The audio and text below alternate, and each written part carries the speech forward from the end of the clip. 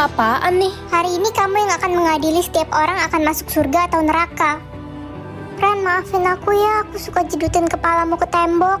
Aku lakuin itu biar otakmu jadi pintar karena kamu kan bodoh. Wah, iya ternyata kamu baik.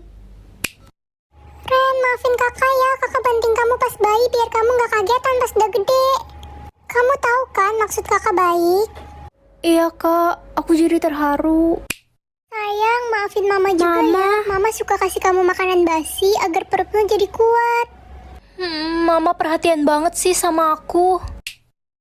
Ren, akhirnya papa bisa ketemu kamu. Papa? Papa kangen. Hah? Papa kangen? Papa aja ninggalin aku pas kecil. Kata mama papa selingkuh. Mamamu bohong, papa nggak diizinin ketemu kamu. Sebenarnya mamamu yang selingkuh.